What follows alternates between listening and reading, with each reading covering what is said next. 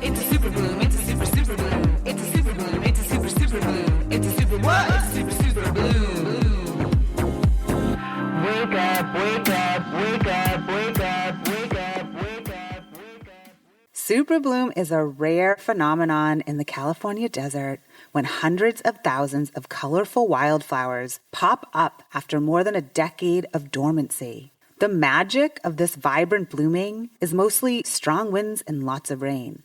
Like those hardy seeds riding the wind and patiently awaiting the rain, once we reconnect with the elements that truly nurture us, we rekindle our resilience, our confidence, and our strength. I'm your host, Osha Rose, and in this pod, we explore all things related to the power of the mind and to this physical human existence. We can realize our full potential once we wake up the wisdom in our bones and activate our innate ability to thrive. Let's wake up with joy and be the Shakti in our lives. Now, after the experience I had giving birth to my daughter, where the sounds that were coming out of me literally nullified the pain, what could have been perceived as pain of contractions, actually nullified that sensation. I was, laboring with my arms draped around my sister's neck or my doula's neck and just moving my hips kind of in a figure eight and moaning. It was like this guttural, just deep moaning sounds that vibration was what my body needed to open up to. Because basically, as we're feeling these contractions or waves, whatever you want to call it, it's your body like squeezing that child out. And if your body can do that, if your, hips have opened, there's just certain things that I was grateful had happened for me, but I didn't take any medication. I actually got scared reading some of the books about what they recommend you take, and that felt more painful to me than actually just seeing what natural birth could do. I read a lot of Ina May's books about natural childbirths at her location down south and empowered myself. But so once I had that experience of my voice being like medicine or healing, it started to shift for me. Welcome to the Super Bloom podcast. This is Osha Rose, and today is a special episode where I'm going to share a little bit about my musical journey. So I always loved music as a child. I can remember Mr. Dunn's class. I was in Fuller School in Gloucester, Mass, and it was probably third or fourth grade. And we used to have recorders. They kind of look like a flute, but they're plastic. And we do songs like, do you or I or anyone know where oats, beets, peas, and barley grow? Or I don't know, I just remember these songs. I can even remember another song from fifth grade, and it was Mrs. Boothroyd's class, and it was The Golden Rule. And I just taught this to my daughter this year, and she reminds me of it when we're not sharing or doing something that we would want for somebody else. And it goes like, this is the golden rule for you. Treat other people kind and true. Do to them the things that you would want them to do to you. You'll be happy if you do. That is still in me from age 9. And at some point, though, music became something I had to learn or try to be better at. As a kid, it's just, and I watch this with my daughter now, it's like she's so curious. She has questions about everything. I've joked with other parents about how I've learned about worms and how they're, older than dinosaurs. And then, that question led to what happened to dinosaurs. And then I learned there was an asteroid that hit 60 million years ago in Yucatan, Mexico. We're just naturally curious as a child. And at some point, I don't know exactly when it happened for me, that got conditioned out of me. And I started thinking I had to go take lessons or just, it was outside of me, this music. Thinking back, it might have been that point where I really wanted to be in the West Side Story in middle school. And I was practicing the part for Maria. I like the city of San Juan. And then somebody else would be like, I know a boat you can get on. Bye bye. Plenty of flowers in full bloom. Plenty of people in each room. I like the city. It was just this awesome time where I just loved singing and dancing and performing and just like putting on a show. But that year, this guy, Tony Gentile, he was the director, and he said, you're not an eighth grader, so you're a sixth grader, so you won't get a lead part, but you have a great voice. Like, it would be great to have you in the show. However, I could also use an assistant director, and I think that you'd be really good at that. And I remember how excited I was to take on that role and just be at every rehearsal and learn about how the scenes needed to be run and the backups and the blocking on the stage and stage left. And like, I loved learning all of that. I remember, but maybe that was kind of the shift where I thought, oh, I'm just going to be the back end, or like the support of the talent. But fast forward to my early 20s, I had met this musician. I was 24, he was 22. But I had just come out of this 5-year relationship with a man who was much older than me. I was 19 and he was 32 when we met, but we were together for 5 years. And that relationship, I met him working at a corporation we both worked for. He taught me about the body in the sense of marathon running. Like, he was in a marathon running group and taught me like it's 50% mental, or no, 90% mental and 10% physical in order to do these things. So I was learning how to be in my body, but it was not a musical, artistic relationship. I was kind of living this life of a 30-year-old as an early 20-something. So then when I met this musician at 24, I was just so excited for him, and I loved everything he was doing. And I ended up getting work that was event planner work. And so I could use all of those skills to help his band, book tours and, just travel and just the venues and setting all of that up. So I was, as Julia says in The Artist's Way, I was living in the shadow. And it wasn't until the very end of that, what ended up being a 10-year relationship, that I started to discover, okay, I'm ready to sing, and I don't want to keep taking voice lessons to learn other people's songs so that I can sing. Looking back now, from where I sit now, I understand the concept. Like, when you're teaching someone how to sing, when there's a song you love and it's within your range, or it's something that you can easily like move through your body without much coaching, you get excited about that. You want to learn more. And then you can teach the theory and all the, the parts about what makes a song a song. But call it the Aquarian part of my brain. It's like, I always want to see things a different way, or like, well, what if we don't teach any of this? Like, what parts of it are natural? Like, there's cultures where music is how they express their joy, like the drumming, the rhythm. There's cultures where they'll make sounds with their voice to help women grieve that have lost their child. There's an innate song and rhythm and energy within us that no one can teach us. And I think that's something that I was conflicted with for all the years that I've taken vocal training, and great, wonderful teachers, so many little pearls of wisdom that I still carry in my heart. Like, sing from your CUNT was what one woman said to me. And I was like, I didn't know it at the time, but now with like the Mula Bandha and this energy lift, like, oh, I have this power in me to sing from the depths of my core.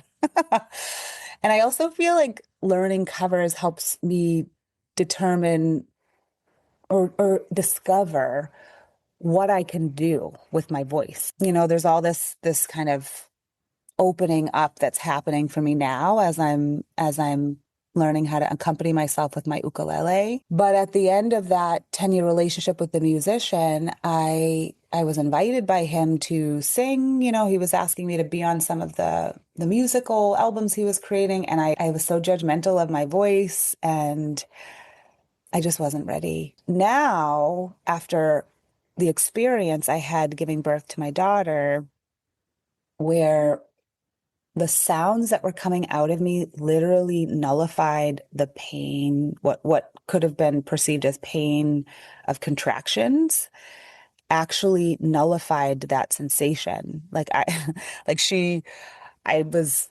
laboring with my arms draped around my sister's neck or my doula's neck and just moving my hips kind of in a figure eight and moaning. It was like this guttural, like, oh, like just deep moaning sounds, that vibration was what my body needed to open up to, because basically as we're feeling these contractions or waves, whatever you want to call it, it's your body like squeezing that child out. And if your body can do that, if your, you know, hips have opened, like there's just certain things that I was grateful had happened for me, but I didn't take any medication. I actually got scared reading some of the books about what they recommend you take, and that felt more painful to me than actually just seeing what natural birth could do. I read a lot of Ina May's books about natural childbirths at her location down south and empowered myself. But so once I had that experience of my voice being like medicine or healing, it started to shift for me. And right after she was born, I found this vocal embodiment training with Osha Rose. And that actually helped me really start to step into, okay, my body is the vessel, my voice is the channel. This sound that only I have is medicine. And songs started to come through. I was singing songs to my daughter. Like there was a hip hop song that came. It was like she was a baby, but I was like, "Hi, my name is Mila, and I'm here to say I'm learning to walk in a fiercely way. I haven't even karate, but I might just skip all that because I don't have the time for it." I said, and that's a fact. I got places to go. I got people to see. And if you want to hear about it, then follow me.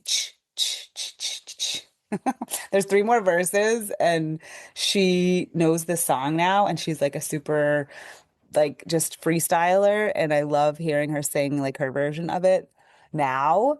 But these songs just started to come through, like songs when she was I'm only rolling my eyes because it was hard at times to feel her level of like cry. Like I feel like when you think of it on a nervous system level, these babies know what tone to cry at so that your whole body reacts to it. So she would scream. And at one point, I'm holding her and I'm just like, I could feel for her. And I was like, I want you to hold me. I want you to love me. I want you to be my everything. And I was like, oh, I'm her everything. She can't move. She can't get anything if she can't reach it. And so the songs were actually also soothing me. And I went through a couple more trainings with Lara and her husband TJ for songwriting. And his approach and her approach are very different, but it was this beautiful way of bringing together the ways I had been trained. Like TJ is very much into TJ Moss connecting with, what feels good, but he's also aware of like they live out in LA or they're in California, south of LA. But he's been on that scene. Like he knows he's got like albums that have gotten medals and globes and golden colors and all of that. Like he knows how to get on the charts with like the hook and just the way it sounds. But Laura also knows how to do that, but also is more on the connecting with the soul of the sound and the energetics of your body so that you can bring through what's coming through. Like they both understand that, but they help you in a way together that I really felt like, okay, like I have this song, I haven't released it yet, but it's called Stripped. And when I first wrote the song, I was going through my last real like exploration with extracurricular drugs, we'll call it. But I was in a moment of just emptiness. Like I had made some choices the night before that my body was just feeling empty from the next day. And the song came through one way. And then later on it kind of it evolved. But so the first version of the song was stripped down to the bone. Nothing really matters at all. And then it just kind of goes on from that, like energetics of like, why am I doing any of these things? Then when fast forward, that was like the end of 2018 into 2019, I moved to California. I got pregnant a few months later, like 6 months later. And I remember singing this song again, walking on the beach and being like, stripped down to the bone. All that really matters is love. And then it went from there. Like, I am a goddess, I am a healer, I am a mother. And so I brought that song to one of my songwriting courses with TJ and Laura, and they helped me, because that's kind of, there's this tension, there's this release, there's this closing. And so it was helping me understand like what's coming through and what it's doing and how I could maybe make it into a song. And so hasn't happened yet, but I'm talking about it here to help me stay true to that being one of the next ones I release. But what has come through and what I have published and put out there and actually created music videos to go with, and you can see them here if you're on the YouTube channel for Super Bloom, were songs I thought originally. I had somebody produce the beats for me, and I told him I wanted dance yoga music, like music I could dance to, music I could do certain things to with my body for the yoga that I teach, like the Rosio hit workout style, belly dance, tribal dance, like all mixed into the yoga beats. And he did an amazing job. There's 3 songs, but what ended up happening once I started listening to the songs were lyrics started coming through. So the song Breakdown, it's got this like upbeat, like really awesome vibe. And that was kind of the peak of going to be the 3 songs for my workout sample that I was going to use it for.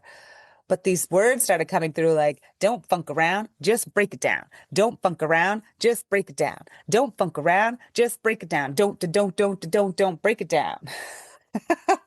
And then I ended up filming that music video first, all around the island I live on in Gloucester. My daughter helped me. I learned how to use the 4K equipment and just where to put it, how to do the angles. And then 2 more songs, Reflections, which is the first kind of, it's like the more ethereal. And those words, it's just amazing what happened. It's like those words just came through, and it was this reminder that everything's within us, and to trust in that and to love ourselves was kind of the essence of that song. And also just wanting to really find my way back to myself as a mom, and my dancing and my music and all the things that maybe felt like they were a little still on hold with a at the time 3-year-old. And then the final song, Rise Again, that one, so the whole EP took about a year and a half to get like started and finished, and the music videos finished. But that song, Rise Again, is this beautiful tribute to the sensation of the phoenix rising, this knowing that we will rise again no matter what, if we choose to see this as part of the journey and not, something else. If we choose to see it as helpful and part of our growth, then we will rise again. But there were these parts while I was creating the song where I didn't have the lyrics yet, but I would just sing and moan, almost like when I was birthing my child, to the parts in the middle. And then I kind of kept that. I let that be the chorus, where it was just like, like just this letting it out, whatever sounds are coming through. And my hope with that song is it will find its way to women that really, really just want to move energy through them with their voice. And so now I'm still learning. I'm like teaching myself music as an instrument on the ukulele. And I'm still learning how to let that just happen and not try to sound like someone, being in a relationship for 10 years with a musician who was classically trained by Berkeley and then, surrounded by all the bandmates and just the talented people. There's moments where I think, you know, I haven't done anything yet to teach myself this. I don't actually know what I'm doing. Am I a musician yet? But it's just the ego talking. And I know that whatever we are curious about, there's something there for us. It already exists within us. And music and dancing, it's always been there for me. It's just acknowledging that and letting myself fully feel what is coming up for me. If there's something in you that you've been curious about, something that you've been questioning, something you've been interested in over and over again, and it's been on your path over and over again, explore it. It might not be singing, it might not be dancing, it might not be ukulele for you, but you'll know what it is. And when we start following that path, so for me, following that vocal embodiment path after having my daughter turned into me working with Laura on creating this podcast. Like she created this one time, she only did it one time, this Voice of the Influencer program where we got to pick one thing we wanted to do. And I picked between an album and this podcast to create. And here we are 5 years later, and it's finally in a good smooth motion. But I put a few episodes out, had this journey in Iowa that actually was part of what inspired Rise Again. Like a lot of those lyrics are from that experience. And then the time that I've had in between starting the podcast to today is how I'm able to show up and say what I'm saying to you right now. It's like this uncovering of my voice. It's not just for singing. It's not just for speaking on the podcast. It's for speaking my authentic truth. It's for understanding that when I do this, this is freedom. Like this is me unleashed. This is me unchained. This is me open and releasing all the blocks that I've been like roadblocks that I've been putting in front of myself, stopping this path, this like natural way that I've been called towards. So that's it for now. Just wanted to give you a little like reflection, I guess, on my musical journey and just to remind myself that there are songs that are not on the ukulele that I want to bring forward. And so it's time to get into Logic and teach myself how to make some beats. All right, more to come. Take good care. This is the Super Bloom podcast where we honor and acknowledge what may have gone dormant within so that we can truly thrive and live this life on purpose. All right, take care. Enjoy the day. So much love. Bye. Wake up, wake up, wake up, wake up, wake up. We hope you enjoyed this episode of the Super Bloom podcast. For more information on how to open up your mind and expand your heart and ways to work with Osha Rose, visit osharose.com. There is music videos, community connection, fun ways to learn about the body, the mind, and how they connect. Visit osharose.com.